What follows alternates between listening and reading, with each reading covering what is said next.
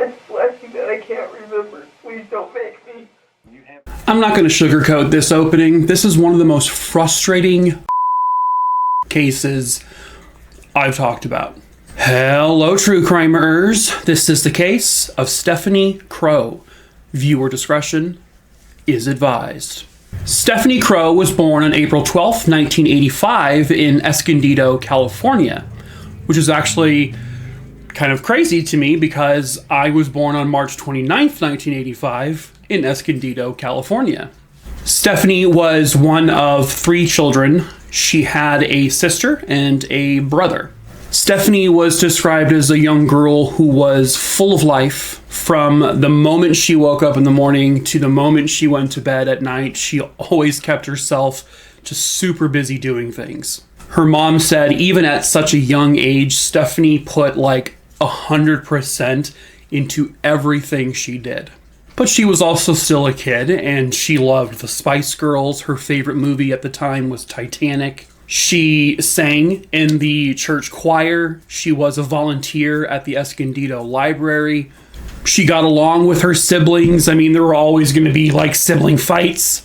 But, I mean, for the most part, they got along really well. The parents were very loving.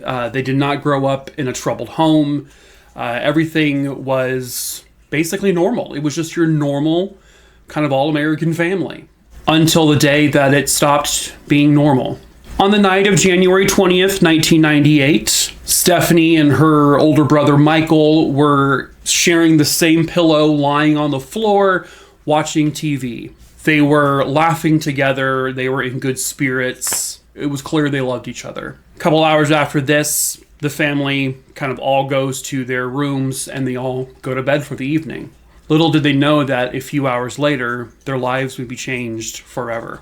Stephanie's grandmother also lived in the house with them, and it was now the early morning hours of January 21st, 1998. Her grandmother would get up, just to get the morning going, and as she walked past Stephanie Crowe's bedroom, she heard Stephanie's alarm going off, and then it was still dark, so it was kind of hard to see everything, but as she flicked on a light, she saw something that, no grandparent, no parent, no sibling should ever have to see.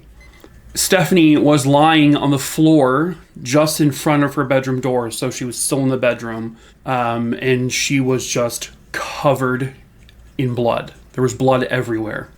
The grandma screams, and, Stephanie's mom and dad come out, and they all let out these blood-curdling screams, and her father calls 911. My daughter! What's the problem? She's right on the floor. She's not breathing. There's blood all over the place. Please, oh my God, my daughter's dead. When police arrive, they get into the bedroom, and there's not only blood around Stephanie, there's blood everywhere. There is blood soaked into the carpet of her floor of the bedroom. There's blood on her bed. There is blood spatter on the walls. And it looked like as if someone had been stabbing her, just based on the cast-offs and the way it looked like someone stabbed and then repeatedly stabbed. And later the coroner would determine that Stephanie Crowe, who was 12 years old at the time, was stabbed 8 times. Very deep cuts. I guess they found hair in her hand, but they've never actually been able to identify whose hair that is, I believe, even to this very day. So as police are looking around the house, they check every door, every window. There is absolutely no signs of forced entry. They go door to door. They go and they see that there's been no doors kicked in. There's no scrape marks on any of the door handles or the locks. They go to all of the windows, same thing. The screens are still intact. There's no broken glass. There's no signs that the windows had even been opened. And when they ask the parents, they say, were any of the doors unlocked to your knowledge? Stephanie's father would say that, I guess, sometimes they would forget to lock the laundry room door, which I guess would lead to the outside. But he says that this particular evening, the door was locked. I guess they confirmed it. But then he tells police that There's a sliding glass window into their bedroom, the parents' bedroom, and that sliding glass door is almost never locked, and it wasn't locked the evening Stephanie was stabbed. However, the blinds were confirmed to be completely closed. They're vertical blinds, the old school, like slatted, blinds. And the parents said if someone had come into the bedroom through this unlocked door, they would have rattled the blinds. They're not super loud, but you probably would have heard something, right? If someone's opening the door and going through these. And also, if someone had stabbed Stephanie, there's going to be blood all over this person, all over their hands, all over their clothing. And there was no blood anywhere on the blinds, on the window, on anywhere at all. And judging by how everything was still locked, this would have been the only way they could have possibly left. So that was kind of like okay, maybe the killer cleaned themselves up in a sink, their hands and whatnot before. The coroner would determine that Stephanie Crowe was killed sometime between 10 p.m. and 11 p.m. The night of January 20th. Which honestly isn't even that late. It was a Saturday night, so it's kind of weird that people were already in a deep enough sleep at that time to not hear anything, because that's the other thing. No one heard a thing. No one in that house. There are 5 other people other than Stephanie in that house. Not one of them said they heard a peep. No sounds of rustling of windows opening, no screams, no thumps, because Stephanie, she was sound asleep on her bed, but then when she was found on the ground, so there was a struggle that took place. They believe that Stephanie had gotten up and then fell to the ground in front of her door where she died. It could have been a fairly loud sound. No one heard anything. The other thing is they have a dog, and a dog that would bark at literally anyone that dog didn't know coming into the house. Typically. You can't sit here and say for absolute certainty that the dog even noticed the intruder. It's very possible that the dog just wasn't around and didn't hear anything, even though an intruder still could have come into the home. But again, the dog didn't bark, didn't make any noises, no indication to anyone that anyone was in that house that night, other than the 6 total people who lived there. The police, of course, need to look at the people in the house first. So they bring in the mom and the dad. Both of them are questioned pretty thoroughly. They do pay more attention to Stephanie's dad. I think it's just, just given the fact that, it's a male, right? It typically are the people who do this. The strength that would have been used to stab Stephanie, it was pretty strong. Like the cuts were deep. But anyone in some kind of rage could probably do that. They grilled both parents, but they determined that both parents likely weren't the suspects. Both of them and the grandma were clearly grieving, and also Stephanie's sister clearly grieving. It did not appear to be fake to them. It looked like they were just genuinely destroyed by all of this. Everyone grieves differently. That needs to be said from the get-go. And this isn't a new thing. I mean, since the beginning of human existence, everyone grieves differently. Everyone has their own way. You cannot look at a person and say, well, you're not grieving the way you should be, therefore you're probably guilty. That's what police did, though, when it came to Stephanie's 14-year-old brother, Michael Crowe. He appeared to be very, just sort of monotone, wasn't really shedding a lot of tears, he just wasn't showing a lot of emotion. And so to police, that looked like, oh, okay, your sister was just brutally murdered, why aren't you crying about it? Who knows? Maybe shock, that's a thing too. So Michael initially told police, because each person in that house gave their accounts of that entire evening. Michael told police he was just joking with his sister the night before. They were laying on the pillow together, watching TV, laughing. They were having a good time. He loved his sister very much, despite, occasionally getting into fights like every sibling does. But he said later that morning, sometime around 4:30 in the morning, because he was battling the flu, or he had been recovering from the flu, so he said he got up around 4 to 4:30 in the morning to go get some Tylenol. He would have had to walk down the hallway, which would have been past Stephanie's bedroom, and then he walked into the kitchen where he knew the Tylenol was, where he got it, and he took it. And then he walked back down the hall. Now, at this point, Stephanie is likely already dead on the floor of her room right by her door. And police are wondering, well, why didn't you see her? Like, how did you not see your bloodied, murdered sister on the ground at all? You know, he was like, because it was 4 a.m, it was pitch dark in the house, there weren't any lights on, I was half asleep, I was recovering from the flu.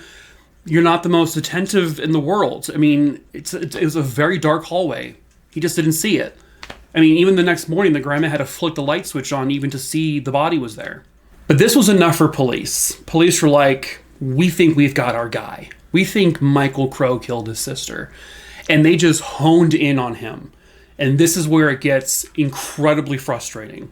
So the Escondido police are, at least back then, I can't say now, back then, Jesus Christ. They take the 2 children from the house and they put them into a children's shelter.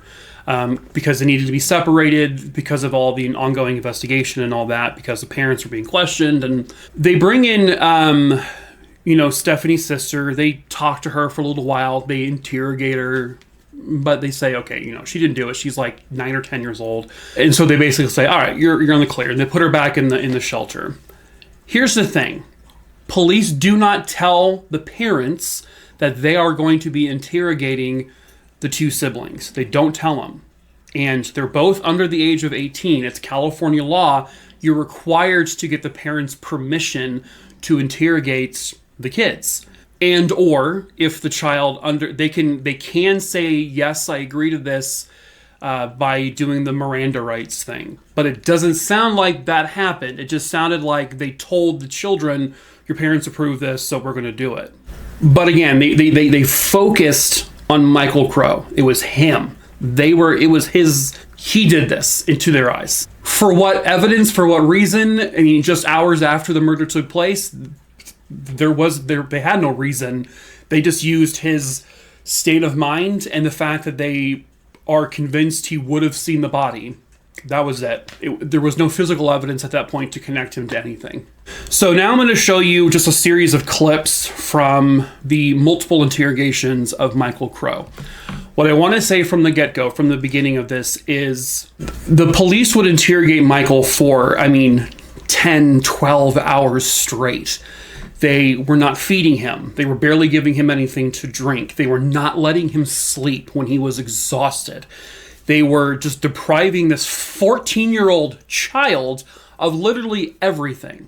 And they don't really ask him your typical questions like, what were your movements? What were you, they weren't like, their questions were more framed in suggestions, like almost telling him what they want him to say, kind of. And they don't really sugarcoat it. They basically tell him, we think you killed your sister. We know you killed your sister. With, at this point, no evidence.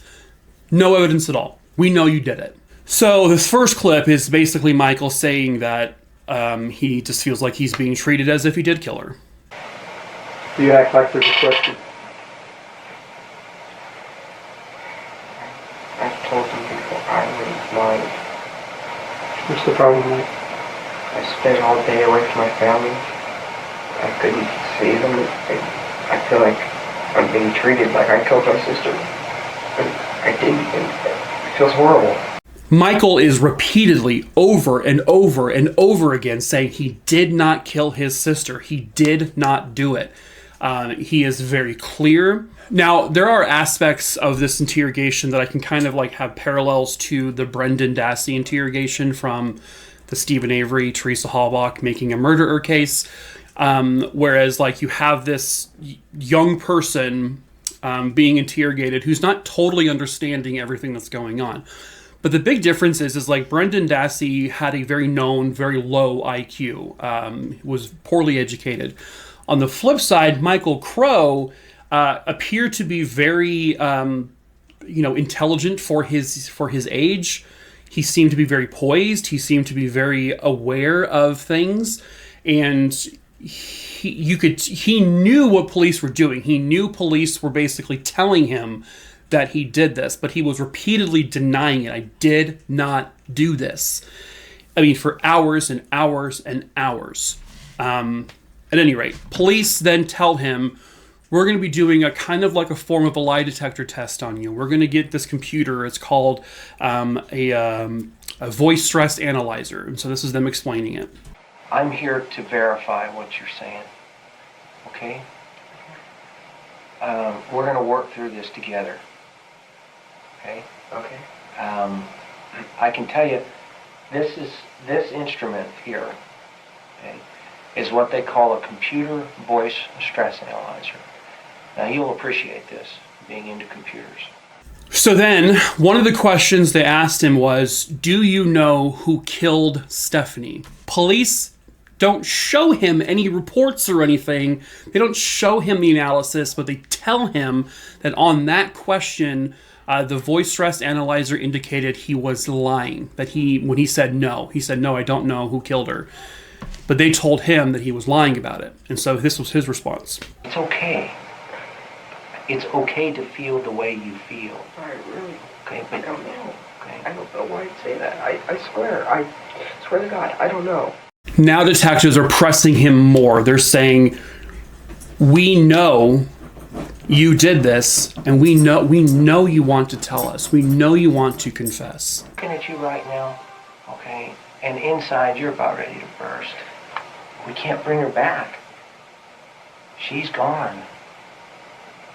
Okay? You're fighting it. You're I don't know what to do anymore. I understand. Now I'm being told that I'm lying, and I I'm know not I'm not. saying, Michael, I'm not saying that. Have you heard me say that? What if they come back and say to you, Michael, we have your hair? Michael later is still saying, I didn't do this. However, if you're saying I did, I must have blacked out. I don't have any knowledge of it. Throughout the interrogation, they leave Michael kind of alone in this room, and this is one of the more heartbreaking, just brief moments where he is just completely crying.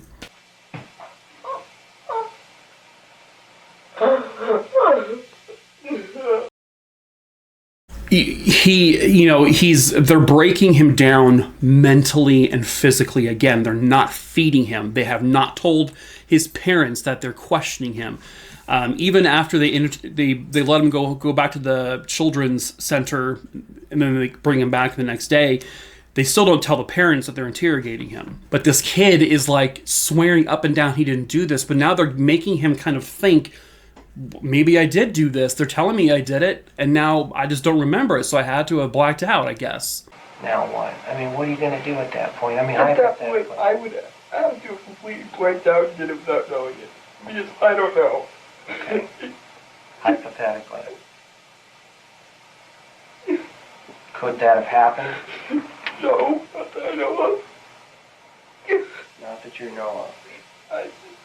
Like I said, I would have to be completely unaware of it. Okay.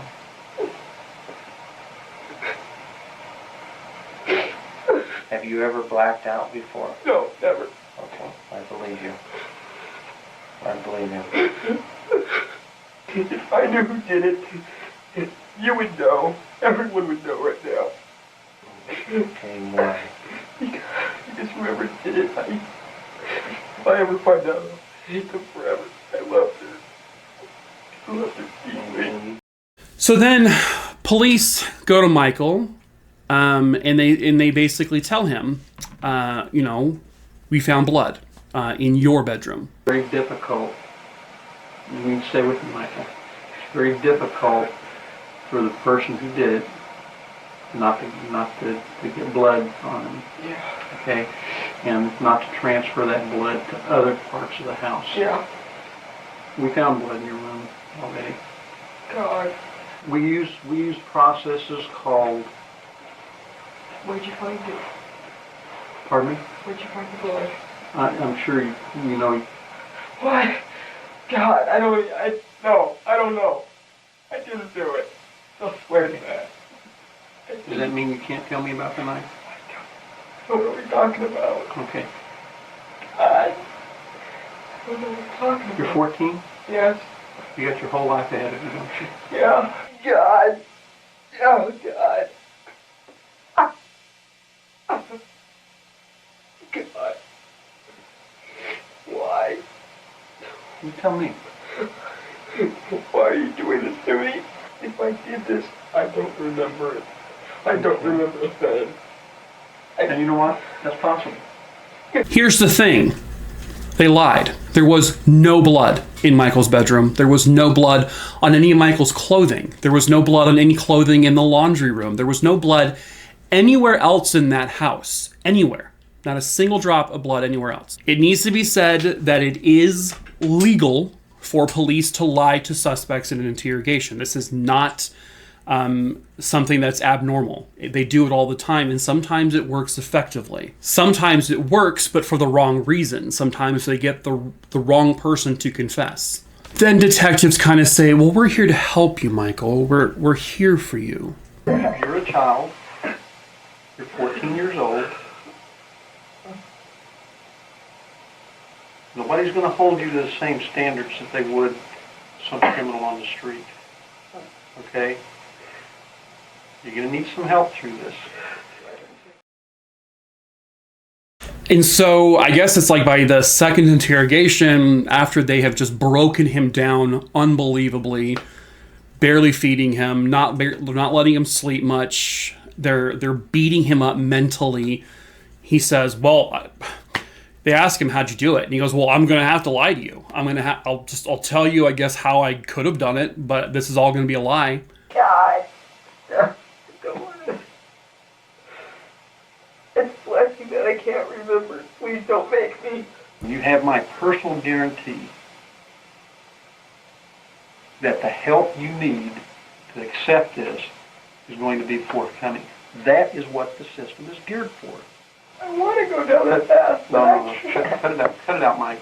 Cut it out. God. The reason I'm sounding impatient, Mike, is the 11th hour is rapidly approaching. All this evidence is going to be in. Rush on some things that, quite frankly, is going to bury you, my friend.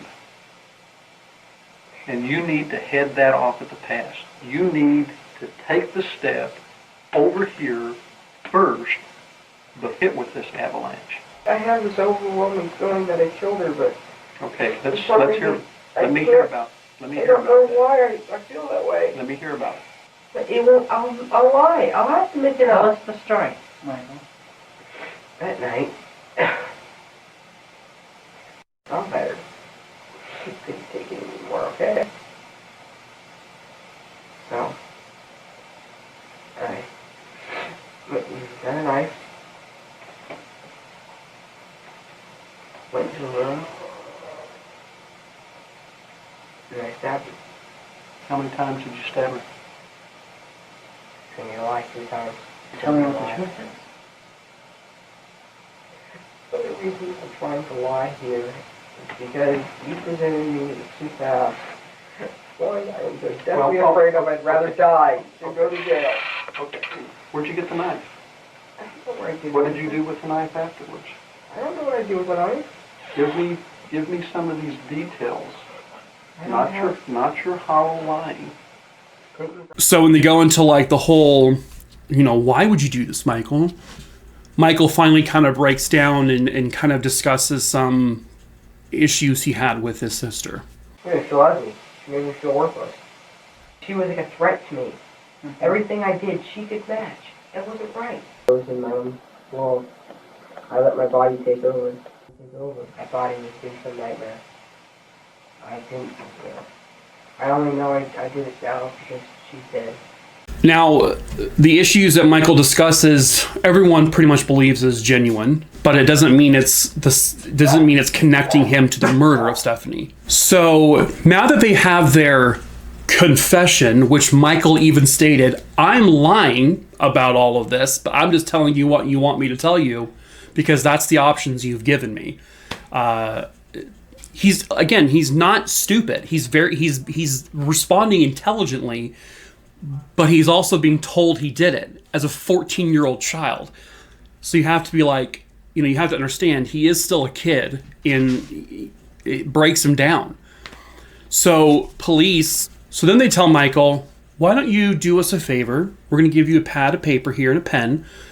I want you to write an apology letter to Stephanie. So write out this big old apology letter to her.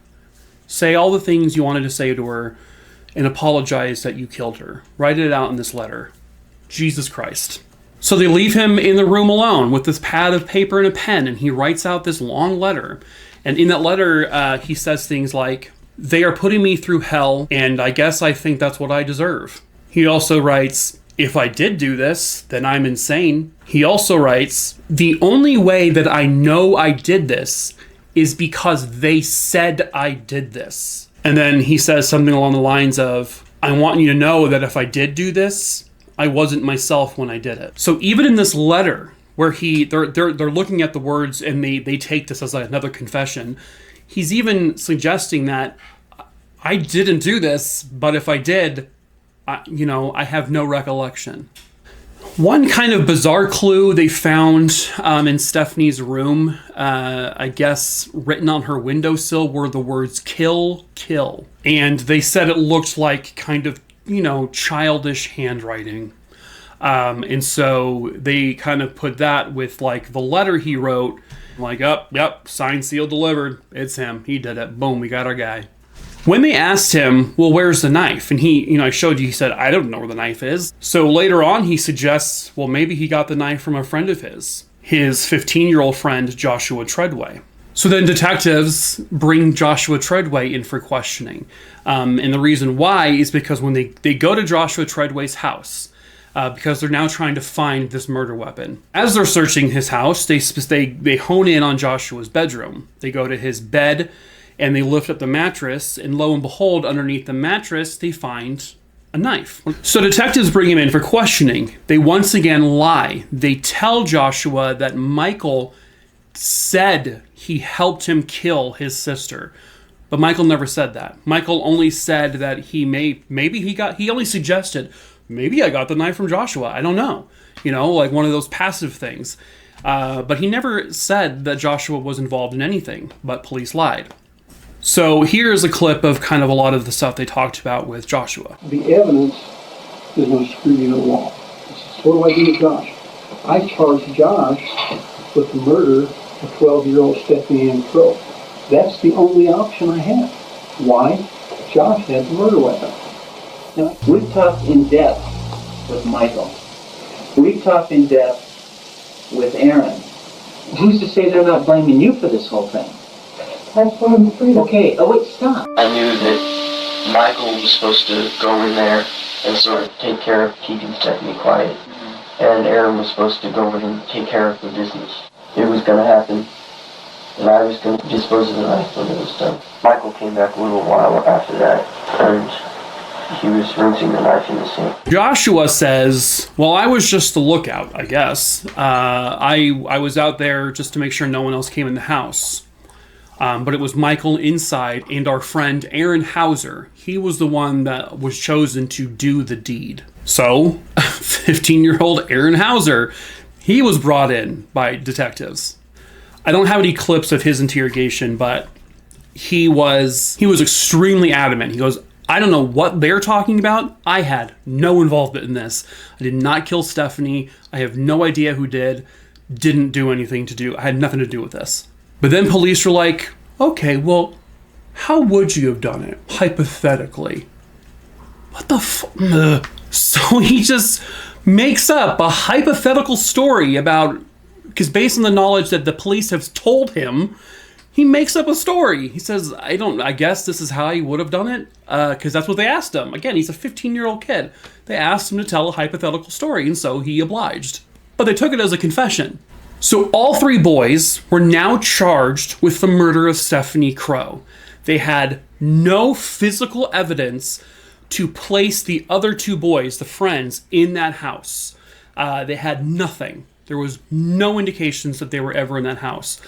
There was no blood evidence anywhere in Michael Crowe's bedroom. There was no blood evidence on his clothing, even washed clothing. They had no physical evidence. There was no cuts on his hand. When you stab someone 8 times, you're bound to slip and cut your hand, especially if it's bloody.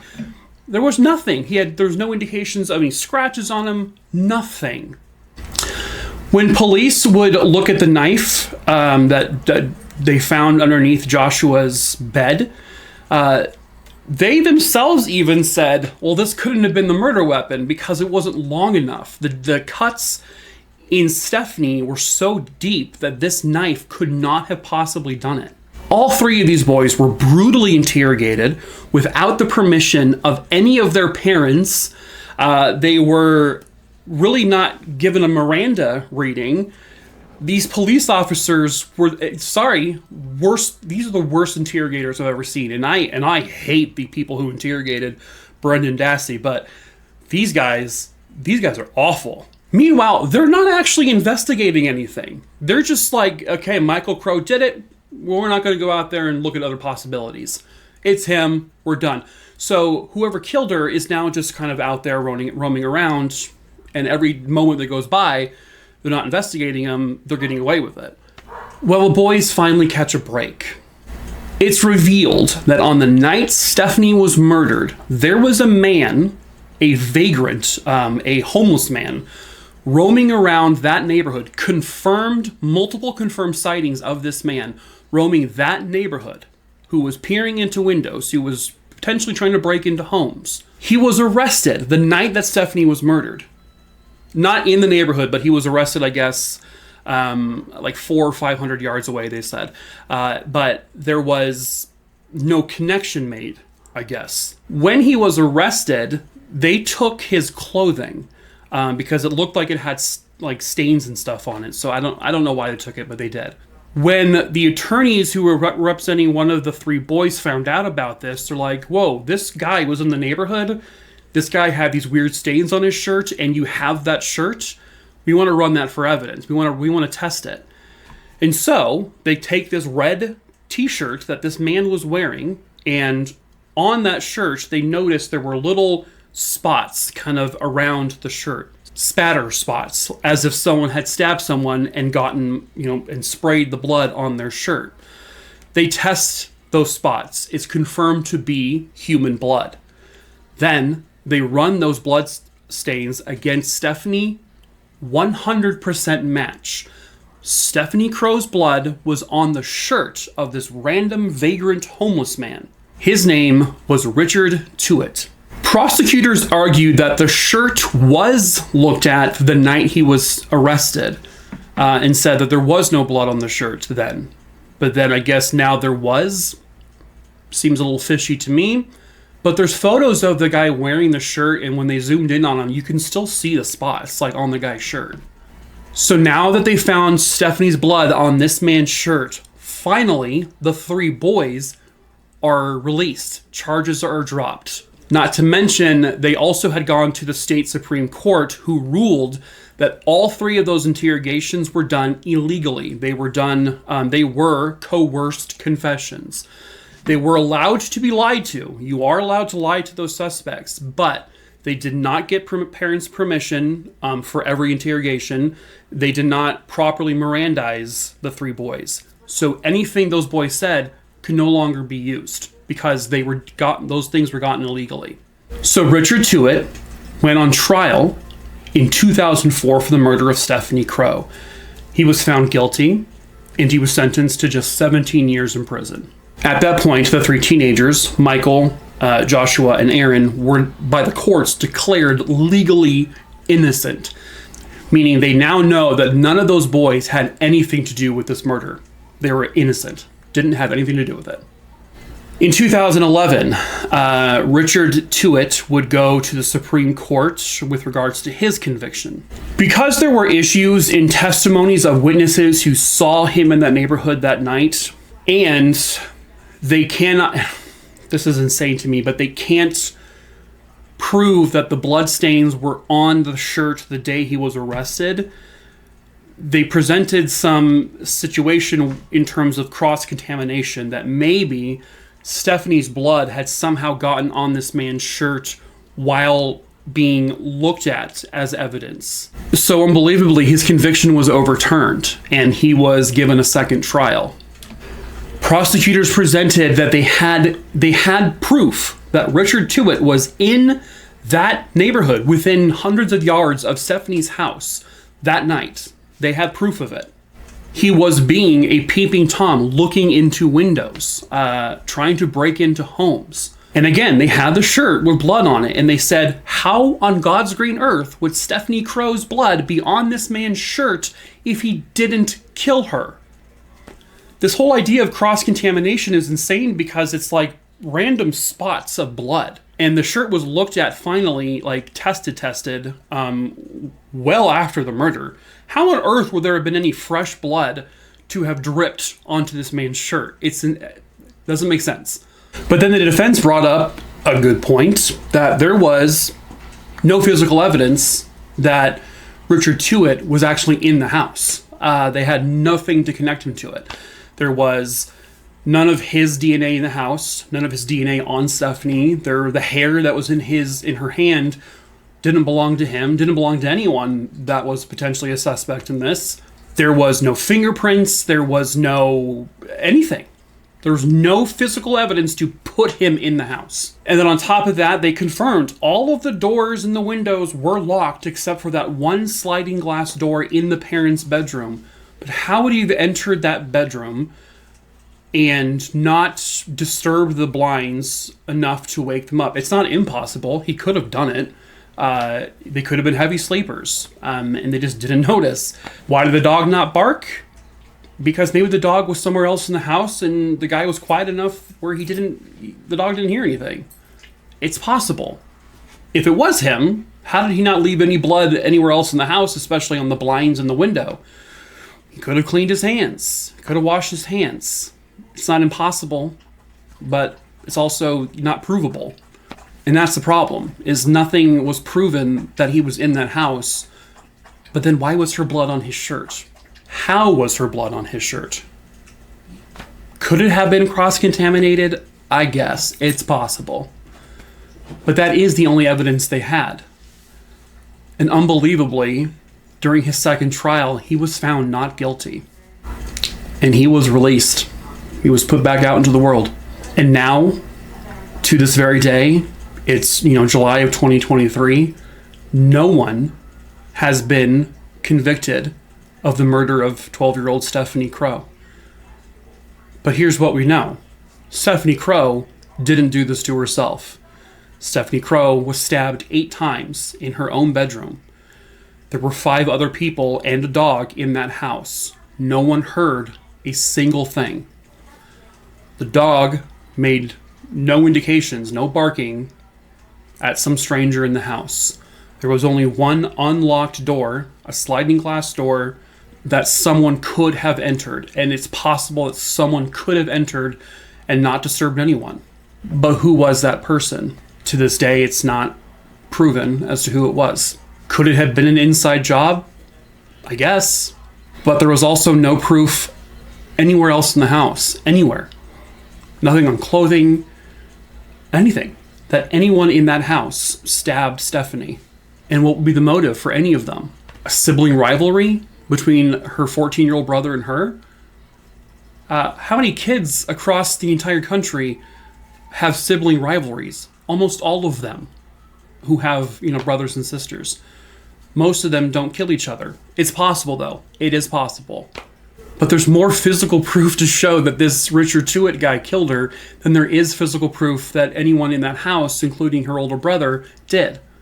The police coerced confessions out of 3 young boys, and during all of that, they weren't properly investigating this murder. They could have been out there doing more legwork, looking at more people, questioning more people in the neighborhood, looking for any enemies that Stephanie may have had. You don't know. I know she's 12, but you never know.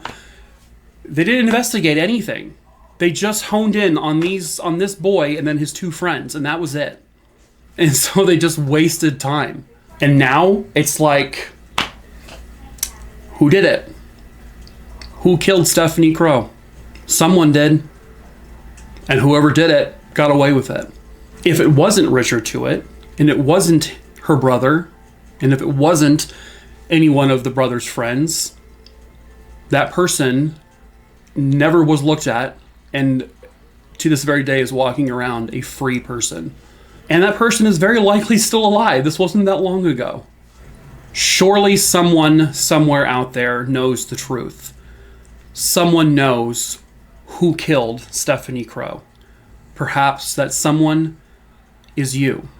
If you have any information about the murder of 12-year-old Stephanie Crowe from Escondido, California, I would encourage you to contact the Escondido, California police. They are a much different group of people now. So hopefully they can be trusted with that information. Stephanie was just a 12-year-old girl who loved books, who did volunteer work at libraries. She loved the Spice Girls, the movie Titanic. She was just a kid. She was just a kid. And she was brutally stabbed 8 times by some stranger in the dark. And her family has still not gotten the justice they deserve. Hopefully one day, Stephanie will finally be able to rest in peace. By the way, the Crowe family and the other families of the other 2 boys sued the Escondido Police Department, and they all settled.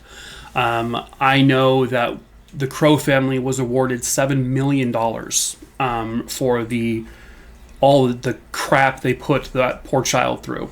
So they were held accountable at the very least. But unfortunately, that's the end of this case. I wish I had the answers. But that is it for this video, True Crime Rooney Dooney Ding Dong. So until the next case. So goodbye, motherfuckers. I'm sorry, that may have been that was my other side. Michelangelo. I apologize. You.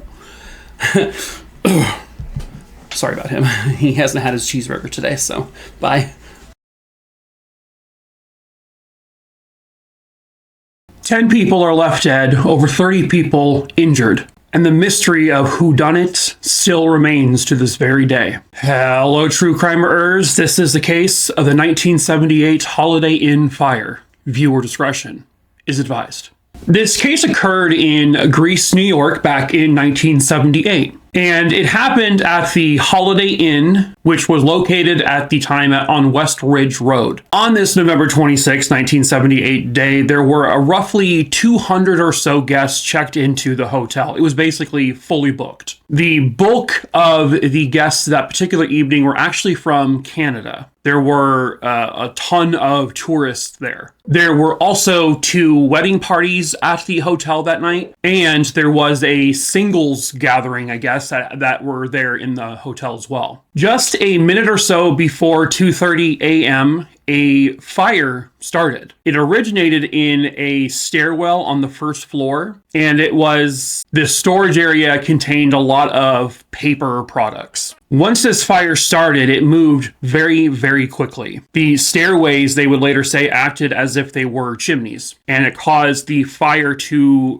raise upwards, and it reached all the way to the attic. On this particular evening, the fire doors were open, and so the fire very quickly spread into the hallways. And this was specifically in the corridors of, I guess, the west wing of the hotel. And then it also went down a passageway in the northern part of the hotel. This was holiday shopping season time, so there was a lot of, like wrapping paper and stuff like that. There was a bunch of loose paper products, essentially, and the fire basically was fueled more by that. And once it spread down the hallways and the corridors, the fire then basically ran up to the roof of the building. And once that happened, there were the roof was slowly, basically crumbling apart, and there were like balls of fire falling from the ceilings. At 2:38 a.m., an off-duty firefighter from Greece who was actually driving on his way home from his security job that he did on the side, his name was Harold Bud Phillips.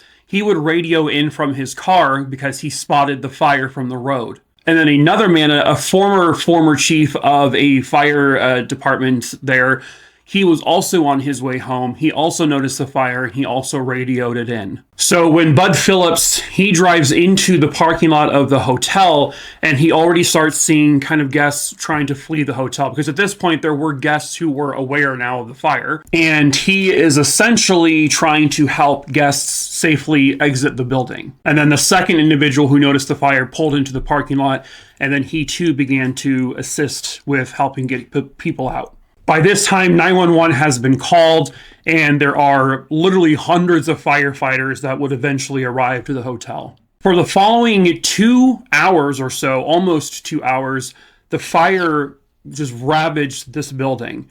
There were over 100 plus firefighters there. There was tons of fire trucks. They were trying desperately to put this fire out, and it took a very long time, because this fire had started, they think, very quickly, and it spread rapidly through this building. And because of that, almost the entire building went up in flames. And it was such a fierce fire that it took them hours to finally get this fire contained. Roughly 170, 180 people were evacuated from the building. And, most of them were barefoot. They were in their pajamas because it was the middle of the night when this happened. They were all asleep. You had guests who were not able to exit their rooms.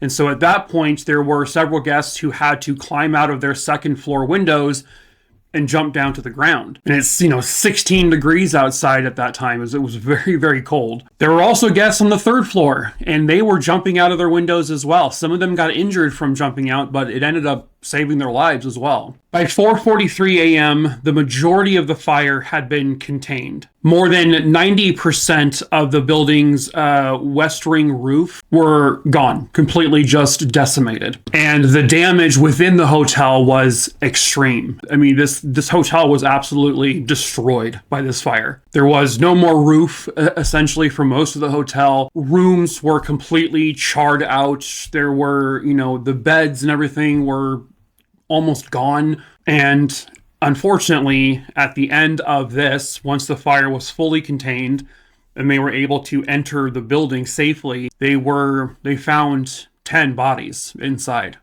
10 people had died in this fire. One of the bodies was so badly burned, it was charred beyond recognition. And they had to use dental records to eventually identify that person. But the coroner would state that all 10 of these people who died from smoke inhalation. The guests who perished were Margaret Duncan, Haguet Raymond Sandu, Pamela Sagriff, Ruby Cushion and Ruby's daughter, also named Ruby, Edward Francis Farley and his wife Florine, Joyce Plum, Nancy Garrett, and Stephen Gregory Ford. Unfortunately, I don't have photos of all of them, and so I don't want to put up the wrong photo. Those were the deceased. 5 of them were found jammed in a doorway on the 3rd floor. So obviously they were trying to rush out of the building, but it was too late. The National Fire Protection Association investigator in 1979 would declare that human error and issues with the hotel's interior finishes, stairways, and alarm systems contributed to the high fatality rate. And this hotel had, in the past, it had met its existing fire codes. It adhered to them. However, it did lack some serious fire prevention tools. For example, there were no smoke detectors in the building. There was no sprinkler system, unbelievably. The alarm system was not connected to the Grease Ridge Fire Department or other security agency.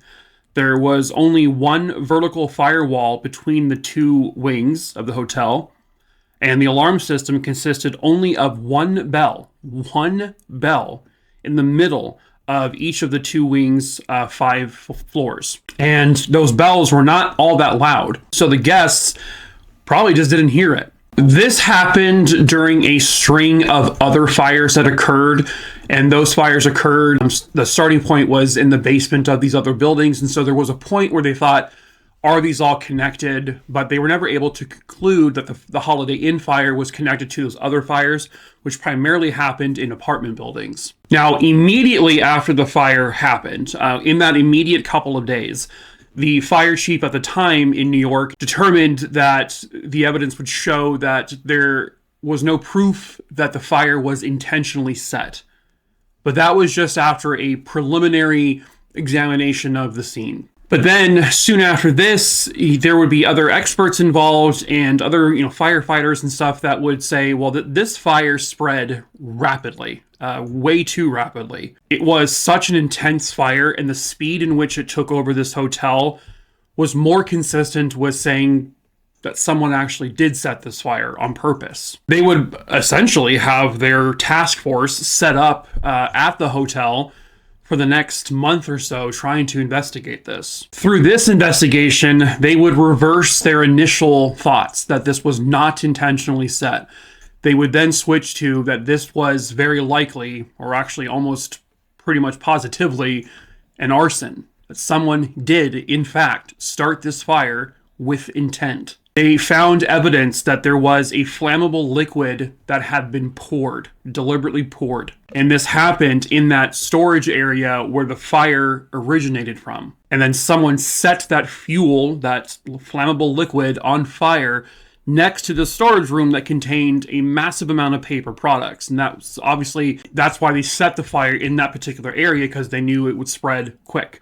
There were burn patterns on the carpeting outside the storage closet, which investigators said indicated an accelerant had been splashed onto the carpets as well. An aluminum kick plate on a door near where the fire started was melted at the bottom, indicating the use of an accelerant. So they had more than enough evidence to conclude that this, in fact, was definitely an arson. Now, the matter is who did it and why? Well, the problem is arsons are extremely difficult. First of all, they're extremely difficult at times to prove they were arsons, but it's also incredibly difficult to investigate and discover the culprit behind these.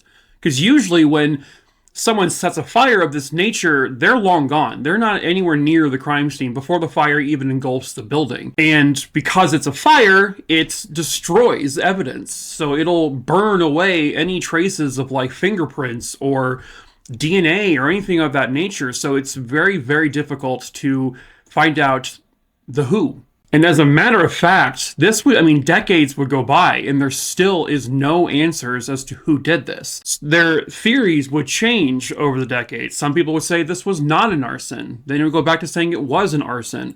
Then they would say, the pour patterns they found on the carpeting outside the storage closet could have innocent explanations, not necessarily that someone deliberately poured accelerant. In November of 2013, the police in New York would, execute a warrant at the Ridge Road Fire District on Long Pond Road. They never said what the warrant was for, but it was related to this arson, and they never would say what they found in that warrant search. But they obviously had some evidence or something to suggest that maybe they would find evidence at that particular fire station to see, because they're looking for documents, it sounded like, to see if there was anything they could find in connection to this particular Holiday Inn fire. Now, at this time, the fire is still officially labeled an arson, meaning that if they can find the person who did this, they'll be charged with felony murder, because this is a murder, this is a homicide. 10 people died. But they also have to prove beyond a reasonable doubt that this was an arson. And now that it's decades later, it becomes more difficult because you're not fresh there at the crime scene. There isn't a lot of evidence. But they would also say in that same time frame of 2013 or so that they actually had multiple suspects. One of the primary suspects that was named, in Canada, they were doing like a documentary type thing on this fire because a lot of Canadians died in this fire. And they named a man named Bud Phillips as one of the primary suspects. And if you remember that name, Bud Phillips, he was the very first person to call in this fire. And he was a fireman at the time of this case. And he is, at least as the time of that documentary was made in Canada, he was the chief of the Ridge Road Fire District, which if you remember, I just stated a few minutes ago that the police had executed a search warrant at that particular fire station. Now, Bud Phillips has been interviewed and he has talked about this in the public, and he's always denied having any responsibility to this fire. And quite honestly, there's no physical evidence that actually connects him to the arson. There was also a second suspect. I guess that this person who has been unnamed had a history of setting house fires. Then a third suspect came up, a man whose wife was staying at the Holiday Inn, who was there to escape domestic violence, while this husband to this woman had found out that where she was staying at the hotel. And so there is a theory that this man, out of an act of domestic violence, set the hotel on fire. He's also been unnamed. There was also a suspect in terms of who was setting a series of fires. There was like 10 or so fires set in the weeks and months around the Holiday Inn fire by, they don't know if it was by one person or by multiple arsonists. There was a demolition expert who was at the singles dance the night before the arson, and his statements to investigators prompted some suspicions. He received a contract with the hotel demolition after the fire. So this guy benefited from the fire, but he was also at the hotel when the fire occurred. Now, because there are multiple suspects and they vary so greatly, it's impossible to narrow down which one of them may have done this. And Bud Phillips still remains one of the primary suspects in this. However, no arrests have ever been made. So Bud Phillips was one of two people that they would eventually narrow down their list of suspects to. The other one is the individual who had been setting fires previously to apartment buildings, and he was committing arsons. And I guess they did know who this person was, and he lived very, very close to the Holiday Inn. Bud Phillips had been questioned by police for like 14, 15 straight hours.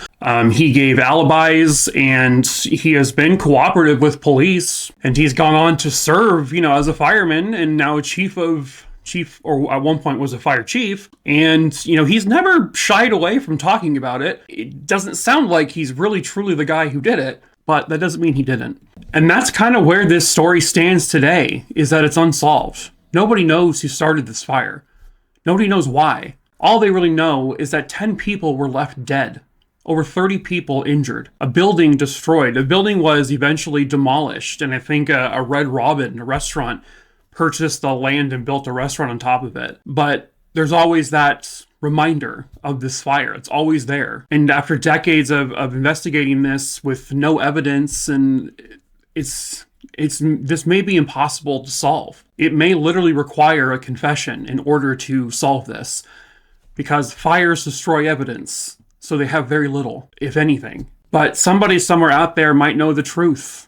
Perhaps that someone is you. You might have the information they need to finally solve this case. If you have any information on the 1978 Holiday Inn fire in Greece, New York, please call 585-581-4016. If you have anything at all, please come forward. Please help these families get justice. By the way, there were lawsuits filed. Most of them were settled between Holiday Inn and the victims to an undisclosed amount of money, because the actual hotel was also at fault because of their lack of fire tools that they had there, fire prevention tools. People would have survived. The people would not have died had they had all these extra measures in place. But the fact of the matter is that someone likely started this fire with the intent of hurting and killing people. And if you know who that is, please come forward. Please help the victims of the Holiday Inn fire get the justice they rightfully deserve.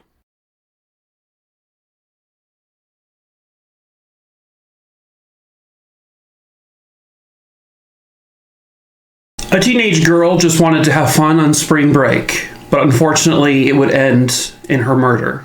Hello, true crimerers. This is the case of Brittanee Drexel. Viewer discretion is advised.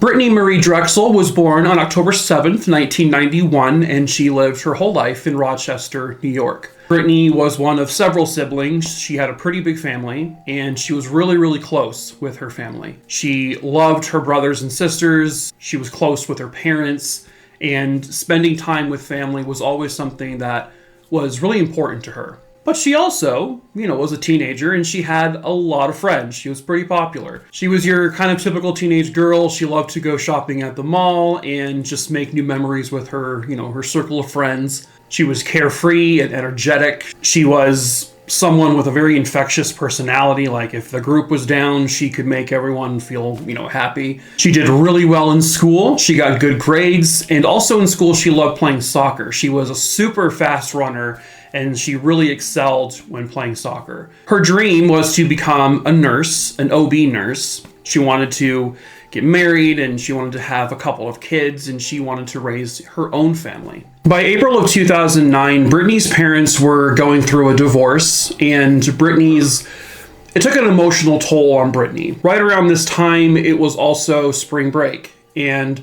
she had asked her mom, hey, can I go to Myrtle Beach, South Carolina with some friends for spring break?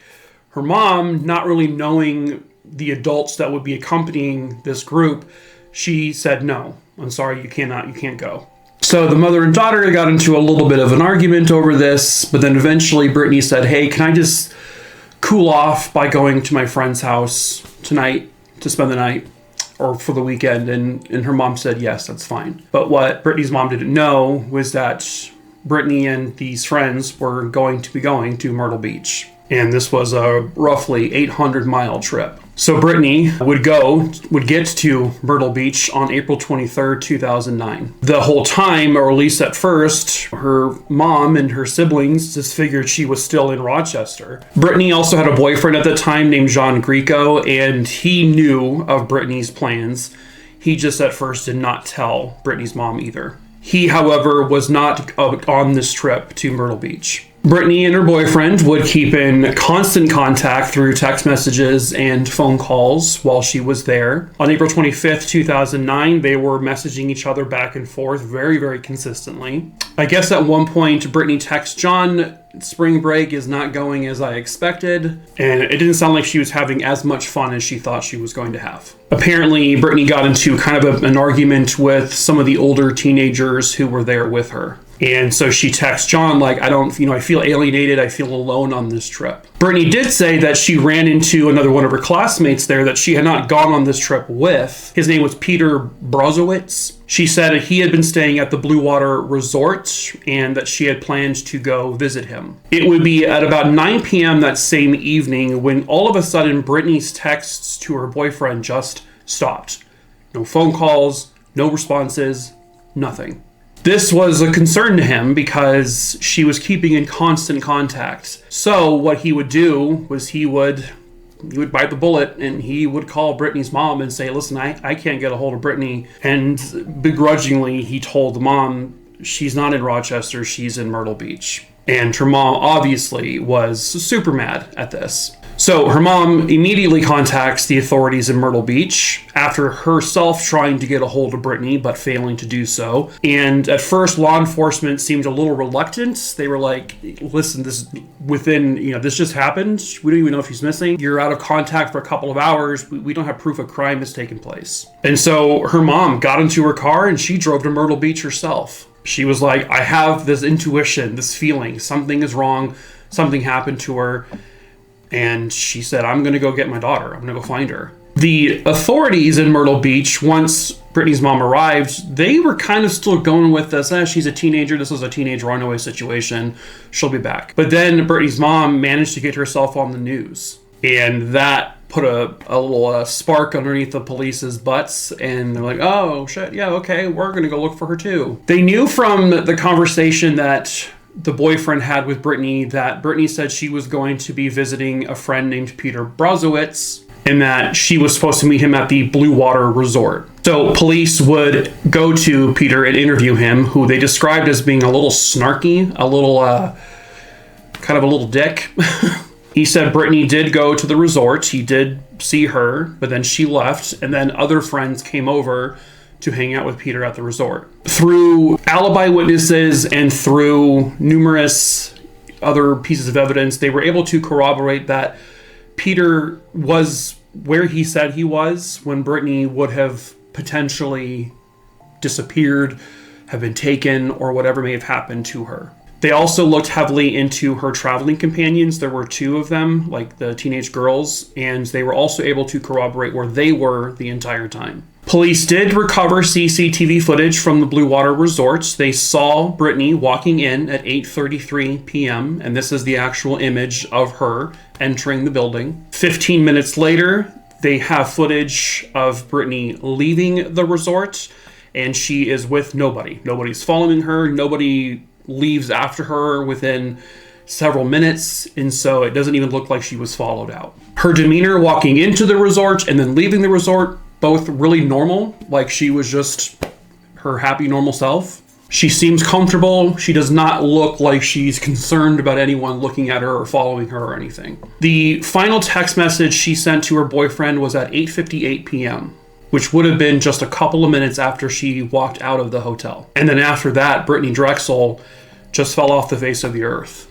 They were able to get Brittanee Drexel's cell phone data, and her cell phone had pinged off a tower at 11:57 p.m. on the actual night that she would have potentially been vanished or taken or whatever the case may be. There was movement on her cell phone, I guess, near the Santee River in McClellanville, and this was like 60 miles south of Myrtle Beach. There was a lot of like wooded areas in this particular area, and so a kind of a huge search would begin. They would have volunteers helping, and they're combing through all of the woods and a bunch of like weeds and tall grass and bushes, and they are searching everywhere. Meanwhile, they're interviewing people that may have been potential witnesses. They are knocking on doors, trying to get any kind of story from anyone, but they're not really having any luck. They have people on ATVs, on horseback. They have people in helicopters, and they are searching very thoroughly for her, but they get nothing. It actually wouldn't be until a couple of years later, in 2011, when police got some kind of movement in this case. Brittanee still hasn't been located. At this point, she is presumed to have met with foul play, but they don't have her and they don't have a suspect. But on August 1st, 2011, a woman calls police to state that her dad may have had something to do with the Brittanee Drexel case. Her dad's name was Raymond Moody. She's basing her feelings on this off of something that her dad's girlfriend, Angel, said. So the daughter tells them, quote, Angel called over there one night and said that Ray was going to get all of them locked up because of what he had done to that girl, end quote. Police wanted to talk to Angel, this girlfriend, but at first she's like, no, I'm not talking to you. And she was very defensive of Moody, of her boyfriend. She was like, he didn't do anything. Angel and Moody were staying at Sunset Lodge. I guess that's in Pawleys Island. Police were able to get a search warrant to search their place, but unfortunately, they did not recover anything. No evidence that they had any involvement in whatever may have happened to Brittanee Drexel. Police would interview Mr. Moody, and he said, I had nothing to do with whatever happened to that girl. He actually said to police, you're smart, you'll find her. And that was it. But at that time, they had nothing. They had no evidence. They had no witness statements, really, of seeing him being directly involved in this. And so they had to kind of just sort of walk away from it at that time. Then 5 more years goes by. Brittanee still has not been found. This case is seemingly going cold, very, very cold. In August of 2016, police are given information about an inmate named Taquan Brown. He said he had information about Brittanee Drexel's case. Taquan Brown was in the middle of serving a 25-year sentence for a manslaughter case. He was hoping he could get some time shaved off his sentence if he gave police this information. So when police interview him, he says that his friend Timothy Deshawn Taylor had raped Brittanee Drexel the night she would have disappeared. And this was at a residence in McClellanville. If you remember, her cell phone pings had showed she was in that area. He alleged that there was, I guess, a gang rape situation that had happened with Brittanee. Brittanee managed to get up and try to escape. But then Timothy Deshawn Taylor shot Brittanee twice and killed her. However, Taylor seemed to deny he had anything to do with Brittanee's murder. And police were able to corroborate where the location was. They said this happens. They were able to kind of verify a lot of aspects of this. The biggest thing they couldn't verify, though, was if Brittanee was ever in this building and if Brittanee was ever, sexually assaulted and killed in this building. They can never verify it. People were very suspicious of Mr. Brown's testimony because he was looking for something for himself. He wanted to take several years off of his own prison sentence. And the media kind of stormed in on this story. And then Taquan Brown would tell police, I lied. I made everything up. None of it's true. I was literally just trying to get a lesser sentence. He had told police that Mr. Taylor had thrown Brittanee's body into this alligator pit and she would have been eaten up. Therefore, you never would have been able to find her body. So it would have been hard for police to corroborate it. So they were going to have to go off of his word. And he was hoping that would be enough.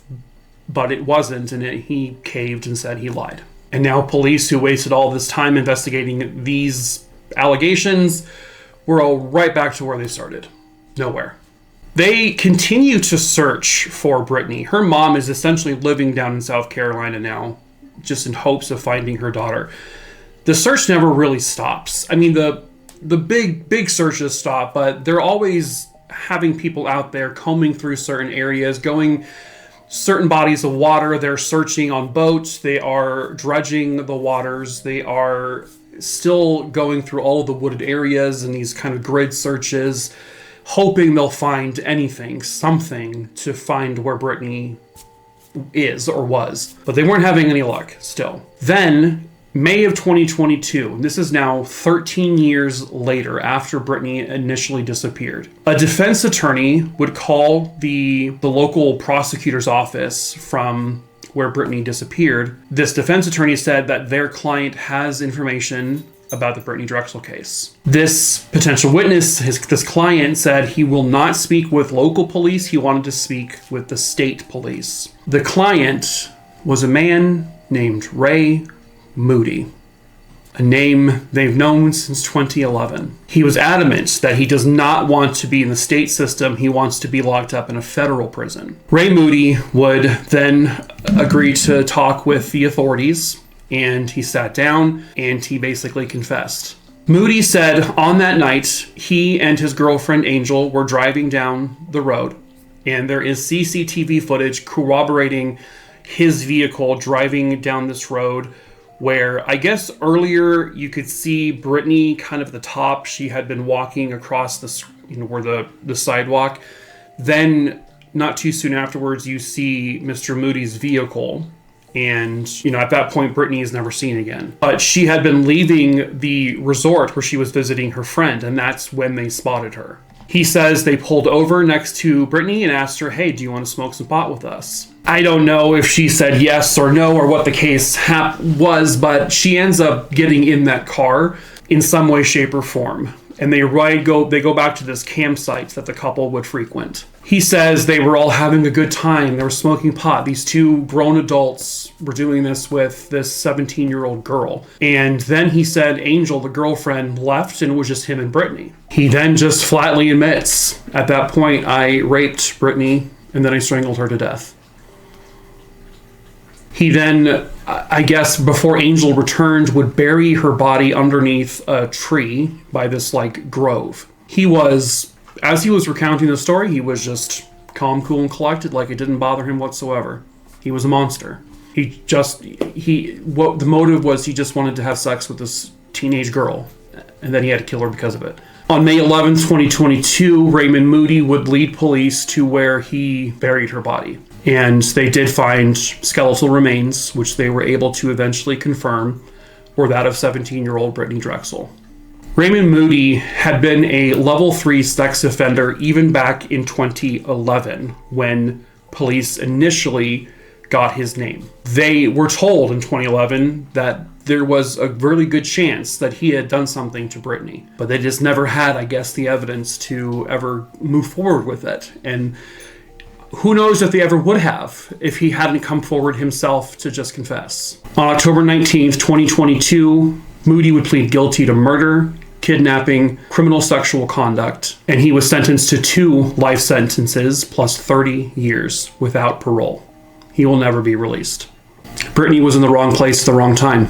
That's the only reason why she was killed. Had she stayed at the hotel an extra minute, had she left 35 seconds later, 12 seconds later, the car may not have even seen her, and she could very much still be alive today. It really goes to show you how much even a couple of seconds can matter when it comes to these types of wrong place, wrong time cases. It's unbelievable that mere seconds could have prevented this. That's something I think about all the time with cases like this, is just how precise everything had to be for this situation to play out. Brittanee was rebellious, right? You know, she went to Myrtle Beach, and please don't blame the victim here or anything. This is a teenager. A lot of teenagers do this, and for the most part, she would have been perfectly fine and perfectly safe had it just not been for that such brief window of time. She wanted to have fun, and that's all she's guilty of, is just wanting to have fun on spring break. And now the world is missing this kind, caring, loving young girl who would have grown up to be a nurse, a wonderful mom. But Ray Moody decided just to take that. Just to take it. Because he wanted it, and so he had to have it. And he took all of that from her family and from the world. It may have taken 13 years to finally bring Brittanee home and lay her to rest, for her family to be able to see her every day again and visit her. It may have taken 13 years to catch the man who did this, but in the end, usually, the legal system did its job, slowly but surely, and Brittanee Drexel got the justice she rightfully deserved. Let's finish the video by taking another look at a 1987 TV guide. The TV guide that I was featured in, and I'm a celebrity because of it. Obviously, clearly you all know me, right? Let's see what was going on. Coming up, the sharpest TV picture yet. Look at this. Look at this guy. Look at that TV. That's what? A 4-inch television screen? Is it directly attached to the VCR? Look at this thing. It's like hooked to the VCR with the superhero man coming out. The TV is his head. The superhero is a TV man. He has a television head. I think are they watching, oh my God. What's the show? Michael J. Fox. I am drawing a blank. Something family, something Michael J. family. I don't fucking know. I was barely alive.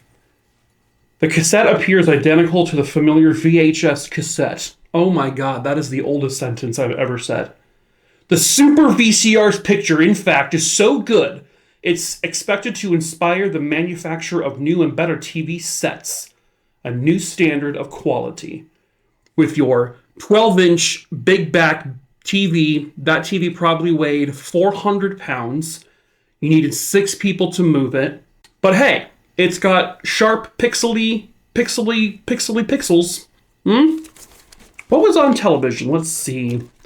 Let's choose a date. Okay, let's say Sunday at 6:30 p.m. on Channel 6. If you guys want to watch it, we're going to watch Bosom Buddies. It's a comedy, according to TV Guide. After inviting Kip and Henry to dinner, a lonely Ruth, played by Holland Taylor, won't let them leave. Jesus, that sounds like a true crime in the making.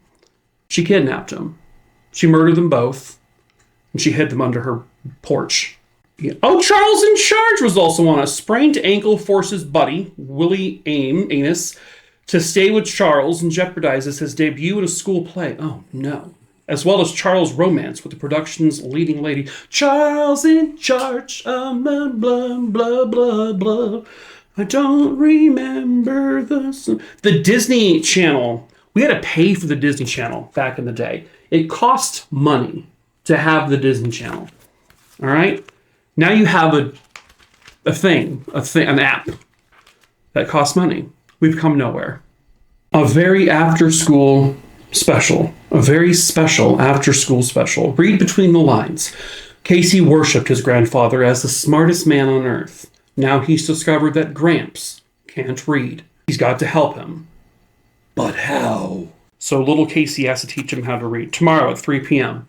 Set your VCRs to record it. Right? This is so old. This is so old. Padres versus... this is a San Diego TV Guide. Padres versus Montreal. The Montreal Expos. Unbelievable. Wow. Okay. Now I feel 100. Anyway, that's it for today, folks. We'll take another gander at that another time. So, ow. That was me saluting you. Goodbye.